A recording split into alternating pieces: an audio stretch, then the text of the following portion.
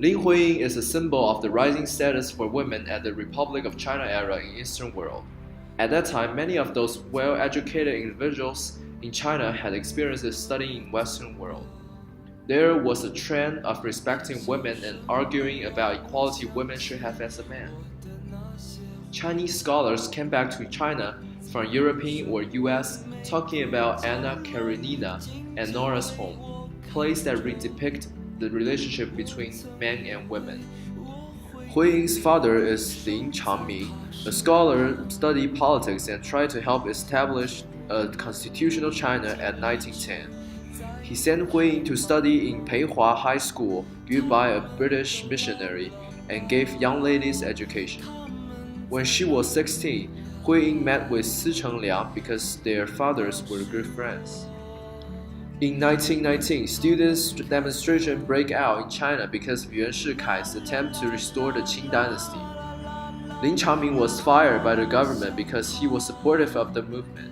He then traveled Europe and took her 16-year-old daughter with him.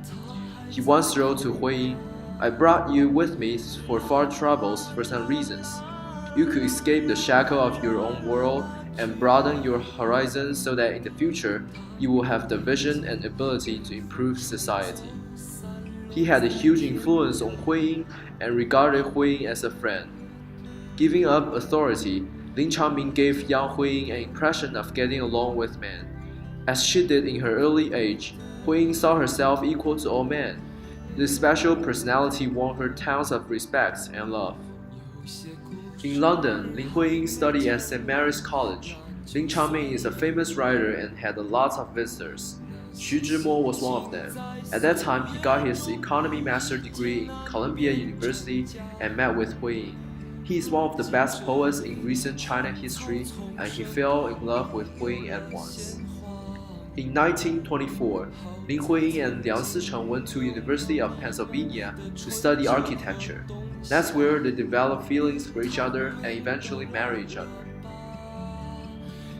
After graduation, Huiying came back to China and worked on Asian architects and their history.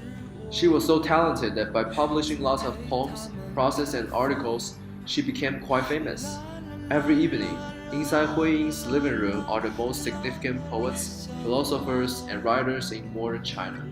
Hu Shi, Jin Yuelin, Xi Zhimo, Liang Sicheng, and Huiying herself talk about literature, politics, and society. Lin Huiying did a large amounts of extraordinary work in her lifetime, such as discovering Foguang Temple in Mountain Wucai built in Tang Dynasty, designing national emblem and names momentum for People's Republic of China, founding architecture department in Tsinghua University. She is also an excellent poet and a great writer. I admire her so much, not only because she made this big contribution to society, but also because the environment she was at and such a good model she made for female scholars in China. In my point of view, she is a wonderful female character in our history.